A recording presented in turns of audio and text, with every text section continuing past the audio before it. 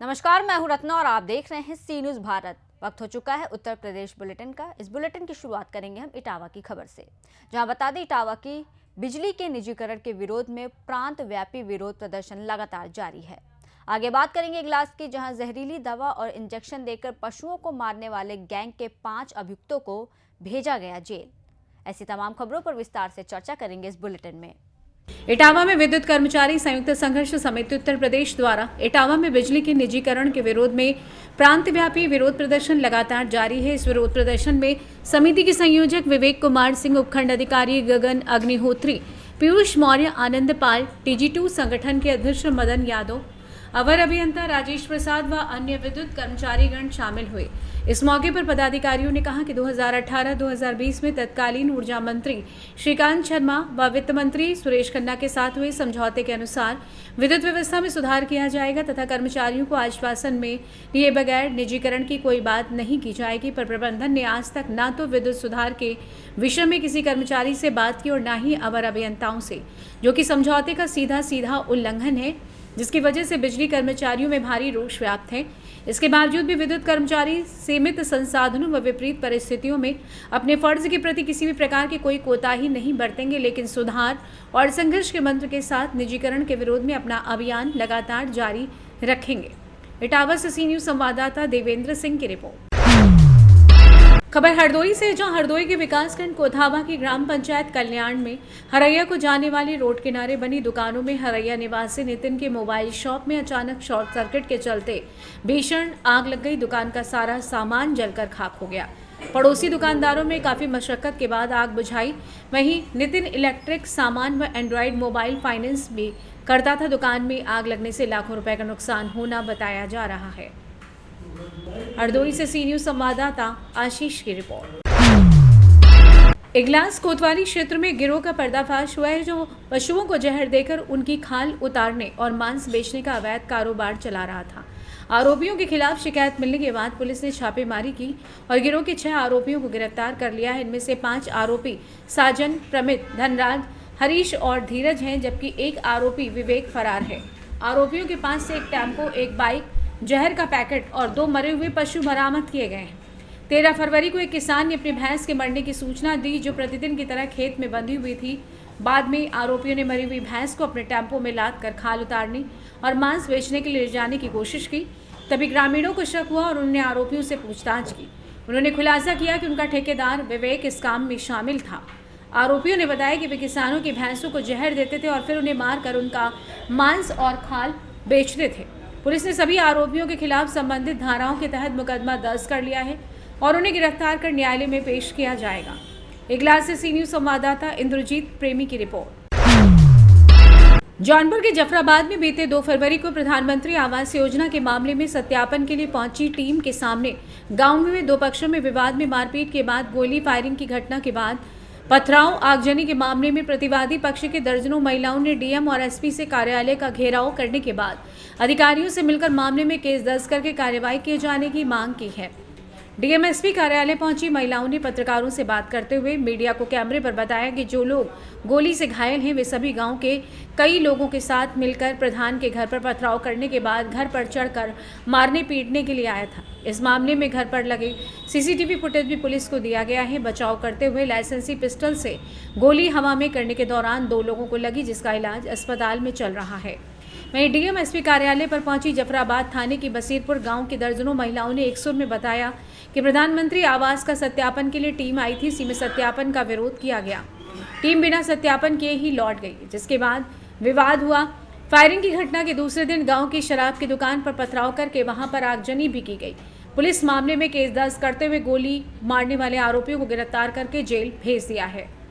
हमारे घर पे जाकर हमला किए, तोड़ फोड़ किए, मारे, लेडीज पुलिस भी आके मारी, दंगा की, 2 गाड़ियाँ तोड़ दी, हमला की, मेरे पति का सिर फोड़ दी, मेरे देवर, मेरे पापा, मेरे आदमी जेल बंद कर दिए। हमला कर कहाँ का मामला है? बसीर शराब। कौन लोग मारे थे? ये निर्जन बस्ती वाले, मनीष गौतम, सूरज गौतम। अमर बहादुर के लड़के हैं। ये लोग मारे भी और जेल भी भेज दिए। वो लोग जेल बंद हो, कोई सुनवाई हम लोग की नहीं हुई। यहाँ आप लोग कहाँ आई थी? जिलाधिकारी कार्यालय। उनको ज्ञापन देने नहीं दे रहे हैं। दो दिन बोला थी, क्या नहीं क्या दिए। क्या कहे डीएम साहब ने, क्या कहा? डीएम साहब बोल रहे थे कि 2 दिन में तुम लोग को सुनवाई हो जाएगी। अभी तक जाएगी, जांच करेगी, FIR दर्ज करेगी। अभी तक सुनवाई कोई नहीं। कहा तो यही रहे हैं। अभी आप लोग आगे क्या कार्रवाई करेंगे? हम लोग कार्रवाई यही करने आए थे। अब लोग 2 दिन का मोहलत दिए हैं। अब देखिए क्या करेंगे। हम लोग कुछ नहीं पता है कि हाँ क्या करेंगे। कार्रवाई क्या नहीं नाम होगी है तो फिर आपका? पूनम निसार। कार्रवाई नहीं होगी तो फिर क्या करेंगे? फिर हम लोग आएंगे। क्या करेंगे? फिर फिर हम लोग आएंगे यहीं पे। कार्रवाई नहीं करेंगे तो हम लोग यहीं फिर आएंगे, यहीं पे न्याय आएंगे। मिले। क्या धरने बैठेंगे क्या? नहीं, धरने पर नहीं बैठे। जौनपुर से सी न्यूज संवाददाता शशिकांत मौर्य की रिपोर्ट। 14 फरवरी वो दिन जिसने पूरे भारत को झकझोर कर रख दिया था। एक तरफ जहां देश के युवा इस दिन वैलेंटाइन डे को एंजॉय कर रहे थे, तो 14 फरवरी 2019 को पुलवामा में हुए आतंकी हमले में महाराजगंज जनपद के फरेंदा थाना क्षेत्र के हरपुर बेलहिया निवासी CRPF जवान पंकज त्रिपाठी शहीद हो गए थे। उनकी शहादत को आज 6 वर्ष पूरे हो चुके हैं। शहीद पंकज त्रिपाठी को याद कर परिवार और गांव के लोगों का सीना तो गर्व से चौड़ा हो जाता है, लेकिन उनकी आंखों की नमी शहीद पंकज त्रिपाठी के शहादत का भी एहसास कराती है। बता दें कि पंकज 2012 में CRPF में चालक के पद पर तैनात हुए थे। इसके बाद हरपुर बेलहिया निवासी किसान पिता का सिर पूरे क्षेत्र में फक्र से ऊंचा हो गया। पूरा परिवार हंसी खुशी रह रहा था। 2014 में पंकज की शादी फरेंदा के सोहरौलिया खुर्द में रोहिणी के साथ हुई थी। 2016 में पंकज को प्रतीक के रूप में पुत्र की प्राप्ति हुई। इस बीच उन्होंने छोटे भाई शिवम को भी सेना में भर्ती के लिए तैयारी शुरू कराई। करीब 10 दिनों की छुट्टी में पंकज घर आए थे।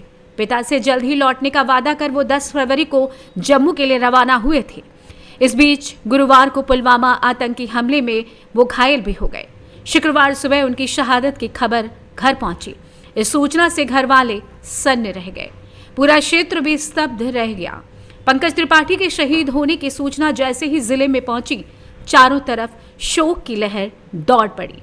पंकज त्रिपाठी का पार्थिव शरीर सेना की गाड़ी से उनके पैतृक गांव हरपुर बेलहिया लाया गया, जहां तिरंगे में लिपटे शहीद को देखने और उनको अंतिम विदाई देने के लिए हजारों लोग जुटे हुए थे। जानते हैं शहीद के पिता ओम प्रकाश त्रिपाठी और विधायक फरेंदा वीरेंद्र चौधरी ने क्या कुछ कहा। साक्षात उन्होंने अपने जीवन को समर्पण किया। फिर मुझे गर्व भी है इसके साथ साथ, और खेद भी है। खेद यह है कि मेरा एक वृद्धावस्था का डंडा खत्म हो गई। इसका मुझको शौक है, लेकिन यह गर्व भी है कि मैं ऐसे संतान को दिया जो देश के लिए अपने बलिदान करें। सरकार ने उनके बलिदान दिवस पे कुछ वादे किए थे, क्या वो वादे पूरे हुए हैं? सरकार का कहना और काम करना तो अलग अलग है। हमारे अधिकारी लोग जो कुछ किए थे वही किए थे, लेकिन सरकार का कोई भी योजना ऐसा सफल नहीं हुआ जो हो पाए। क्या कुछ मांगे हैं जो आप सरकार से कहना चाहेंगे जो आपका नहीं पूरा हुआ? अब हम क्या मांग करेंगे? जब उस समय मांग हमारा नहीं कुछ हो पाया तो अब हम क्या करेंगे सरकार? देश के और भी जवान जो सीमाओं की रक्षा कर रहे हैं उनसे आप क्या अपील करेंगे? हमको तो बहुत गर्व है कि वो लोग अपने माँ बाप की सुपुत्र होकर के देश के लिए बलिदान देने के लिए तैयार हैं। ये जो शहीद परिवार जहाँ हम बैठे हैं, ये उस घटना में शामिल एक जवान का परिवार है, और ये वो जगह है जहाँ उसकी जन्मभूमि है। इस जन्मभूमि को हम लोग हर वर्ष की भांति इस वर्ष भी इसकी पुण्यतिथि में हम लोग संगीत शामिल हैं। और यहाँ चाहे हुए सभी लोग, चाहे वो प्रशासन के लोग हों, चाहे वो सामाजिक संगठन के लोग हों, चाहे वो राजनीतिक रूप से लोग के कारण वो सब आज इस पूर्ण याद में यहाँ पर उपस्थित है। और वो देश के जवान जो सीमाओं की सुरक्षा में लगे हुए हैं उनसे क्या कहना चाहेंगे? क्या देखिए, सेना का जवान होना अपने आप में गौरव की बात है और वो हर जवान जो सेना पे तैनात है, देश की सरहद पे तैनात है, उनके लिए हमारी तो शुभकामनाएँ हैं कि हम लोगों की रक्षा के लिए वहाँ पे अपना 24 घंटा तत्पर रहते हैं। हम सबकी शुभकामनाएँ हैं, उनकी लंबी आयु, उनके बच्चों की खुशहाली, सब हम लोगों की शुभकामनाएँ। महाराजगंज से सी न्यूज संवाददाता अंगद शर्मा की रिपोर्ट। फिलहाल इस बुलेटिन में बस इतना ही। देश और दुनिया की तमाम बड़ी खबरों के लिए देखते रहिए सी न्यूज़ भारत।